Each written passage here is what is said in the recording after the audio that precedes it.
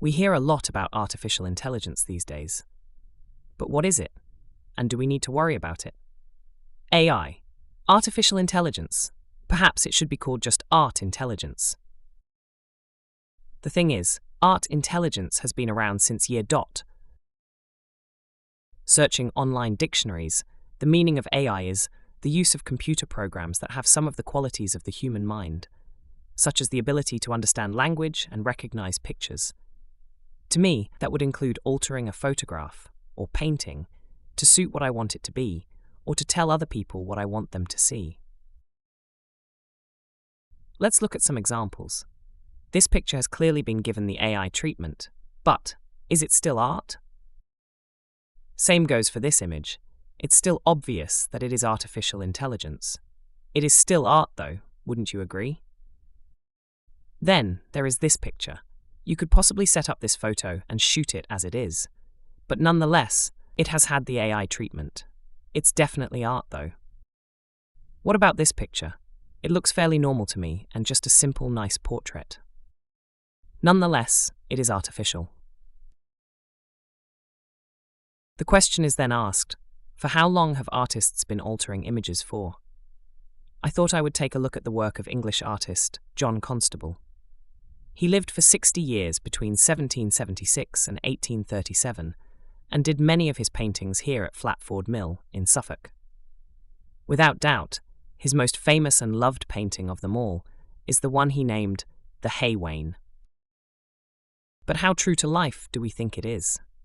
It is without doubt that it gives us a view of country life over 200 years ago and how we want to think it was.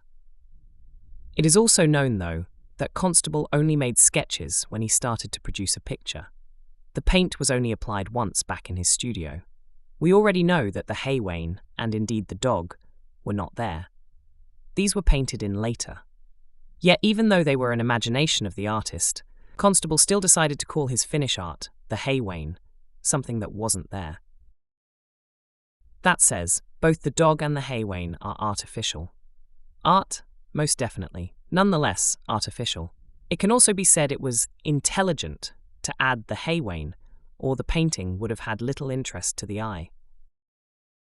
Artificial intelligence. Visiting the site today, there is little wonder in over 200 years that there have been some changes. Willie Lott's cottage is still there, and the tree and foliage are more that Constable chose to include. There is more water too. Did Constable do his painting during a drought? Quite possibly not.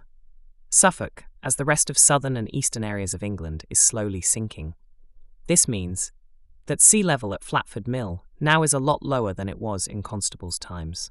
Hence, the rise and difference in water level. More importantly is the angle the artist and I made our pictures from.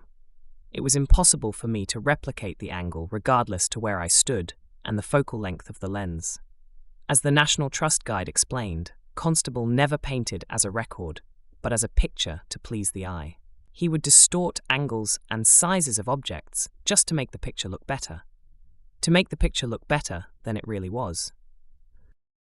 So yes, a little bit artificial, but certainly artfully intelligent.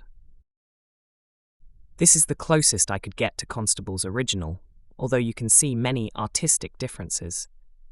Not that I have tried, but it would prove fairly simple to photographically arrive at a very similar picture to that of the original if using photographic artificial intelligence, or by using intelligence artfully. Another of his paintings from the same area is this one, entitled Boat Building. There are less similarities from this to how it is now compared to the hay wain. It is easy to still see, however, the dry dock area where the boats were made, although that is where resemblances end. On the photograph, there are many more trees than there were in Constable's days, or did he just choose not to paint them in? The photograph is most definitely more cluttered looking because of them. Because the National Trust decided to build a cafe and tourist information centre to the right-hand side, it is now unreasonable to attempt to take a photo at the same angle. Richard, from the National Trust, shows us another painting. This one is simply called Flatford Mill. He stands where we think Constable would have stood to make his original sketch. The artist nor the photographer can never be blamed for the ever-changing landscape, particularly over 200 years, except the differences leave you thinking if it is even the same place. Constable would have surely added and taken away many things in his painting. We accept it, though, as a beautiful picture of days gone by. Just another fine example of artistic intelligence. What about my own pictures, my photography? Have I given them the AI treatment? I prefer to say not, but it would be right and fair to say that they all go through some degree of post-processing. Usually, that is merely for color correction, exposure adjustments, and maybe a bit of cropping. It is changing the image, though, wouldn't you agree? Staying in Flatford Mill. By how much has this image been adjusted? Well, not by much. Note the bucket on the pathway on the left of the photo. Who would leave a bucket right there? Perhaps they didn't. See the change? Just like Constable in his paintings, I felt the person in red bending over whilst attending the garden was not adding anything to the picture. So, I decided to leave her out. Is this artificial intelligence?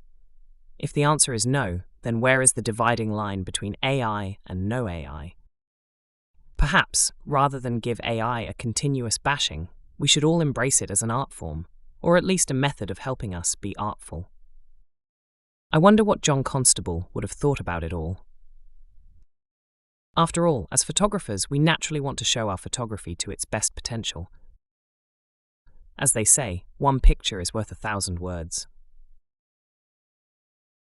One final thought, whether you are thinking if my voice is real or not. Of course I'm not. But I did need a human to tell me what to say.